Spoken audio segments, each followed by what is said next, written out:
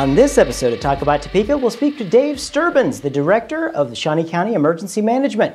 This episode is brought to you by the WIBW channels and the Break Room's brand new lunch experience. Be sure to check out the new menu at breakroomdowntown.com. This whole episode starts right now.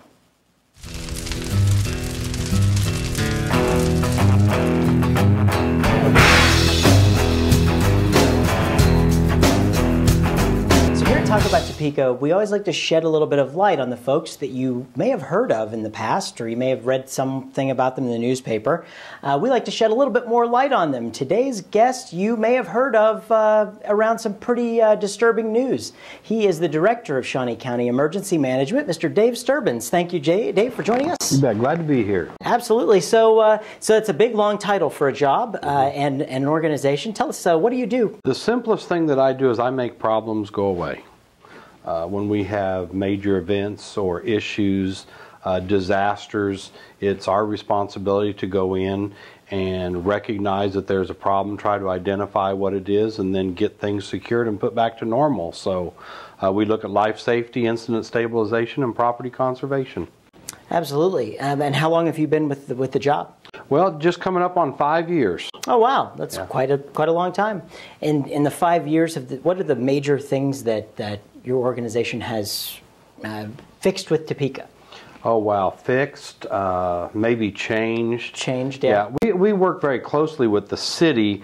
This is actually Shawnee County, so we cover everything. The city has their own emergency manager, which is Jim Green. Sure. But we worked really hard to work on continuity of operation plans. We've worked on rewriting emergency operating plans, mitigation plans.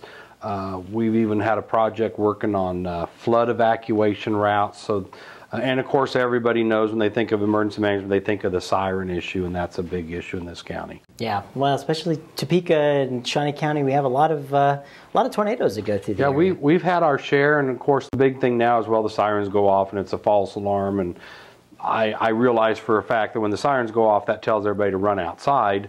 You know, even though we tell everybody to seek shelter, you know, we never do those where we're not trying to get people to take cover because there is something actually there. So how do you guys tie in with other surrounding areas? You guys have a pretty good communication network? Yeah, we really do. You know, so much of doing our job is very important for communications.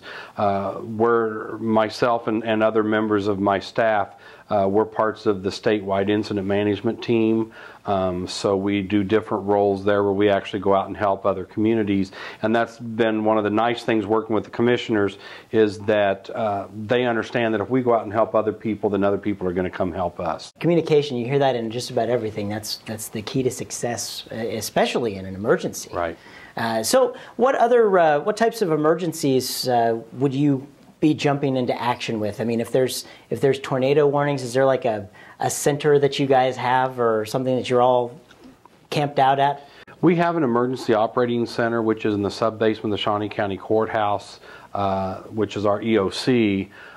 We would open that up if we had a disaster. Actually, prior to disasters, the proactive part is we're actually out in the community in different locations so that if something happens, we're right there to start looking at what it is, evaluating, doing damage assessment, making sure that things get handled properly, and then we go from there. The same thing we do when we respond to other communities, for example, Harveyville earlier this year. Usually there's one or two big things that happen in this area every year. So, I mean, you have a pretty stressful job, especially when you're concerned with what you're trying to, you know, make things go away so people don't see what you're trying to make their lives, you know, keep it as simple as possible for them. So what other things have you done with Topeka? Have you been born and raised here, or did you come? Yeah, I was born and raised in Topeka. Went to Shawnee Heights High School, graduated, worked for the Topeka Fire Department for 27.5 years. Retired from there as the Deputy Chief of Operations, and then was fortunate enough to be hired by Shawnee County to take over their emergency management department and start all over. So when you were a kid, what did you want to be when you grew up? You know, I always knew growing up, I always told everybody I was going to be a fireman, like my dad, and I was going to be a painter. Well, I decided that I liked being a training officer and training firefighters. So back in 1988, I applied for the training division on Topeka Fire Department and moved from 24-hour shifts into specialty, and just started moving into the disaster. Used to do all the technical rescue, especially the auto extrication classes for years, and traveled around the state doing that, and then just started responding to disasters, and it was just kind of a natural fit. When something like that happens, does your phone just start blowing up and you have to go? It really does. And even if the disaster isn't here, I get a lot of calls. What's amazing to me, though, is when a business will call me on my cell phone and ask me if the tornado siren is really supposed to be going off during a storm. Well, yeah. Probably is, if it is. Yeah. Yeah, they don't go off on their own. So how does that network of sirens work? I mean, you guys set them off from the courthouse building? Is it? We have multiple ways we can set off the sirens. I mean, if you know all the right codes, you could do it from your iPhone. Wow. But we can set it off from our laptop computers. We can set them off from the courthouse. The dispatch communications center can set them off. So we've got a lot of different ways that we can set them off. Redundancy is very important. Mm-hmm. Then once we set them off, we have the opportunity for different tones. We can set off different areas rather than the entire community, and that's a really tough call to make, but we could actually, if we had a tornado that was just going to be in the Rossville area, for example, we could set off just Rossville and Silver Lake, things like that. But mm-hmm. most of the time when they go off, because we're out there looking and we're in radio communications directly with the Weather Service and several other emergency response personnel, then we make a decision, and unfortunately most of the time it means that we're going to set off the system for the whole community. Obviously technology's changed a lot in the world, but how has technology changed that whole system? Oh, it's tremendous. The old sirens were almost like a transistor-operated receiver.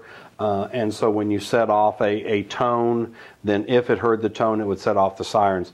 Now all of our sirens have two-way radios inside of them, so not only do we send a radio signal out, but we have several sirens in the community that we can actually talk over, so I could use my voice. We have canned messages, which works better. Sure. But also when we set off the sirens report back to us so that I know. For example, today, just down in this area, we had some power outages, and so as soon as that happens, any siren in that area starts telling me that we've lost power, and so I actually see power failures in most areas when they happen. Interesting, interesting. Now, do you also work with Westar and those things, or do you ever have to do that? When we have an event, especially with the incident management team concept, it's everybody working together. Mm-hmm. So you've got command, operations, planning, logistics, finance, situation unit leaders. We're working with the utilities. We have what's called the emergency support functions. So that includes utilities, it includes public works, communications, law enforcement, fire service. So there's all these things that come together, and we're communicating to do an effective and efficient job to manage the incident. Absolutely. Well, I have to say, I'm glad you guys do what you do. I hope we never ever have to use the things that you guys work on, but I'm really glad that you guys are there working on it, and let us know we're all a little bit safer when the unthinkable happens around here. So very good. I really appreciate you coming on the show today, Dave, but I can't let you leave as the tradition on our show until we do our lightning round. Okay. That's a bunch of silly questions I have here on these cards. We'll put 60 seconds on our clock, and you just give me the answers that pop to your mind as fast as they come. Okay. All right, 60 seconds, and go. What's your favorite hobby? Radio control airplanes. Oh, that's fun. That's the first time. That's pretty cool. At the movie theater, which armrest is yours? The left. Okay, all right. Most people say the right. I'm on the aisle. All right. Oh, yeah, well, that's good. That's good. I have to be able to get out quick. Yeah, you never know. There might be an emergency popping up. All right, what was your favorite TV show when you were a kid?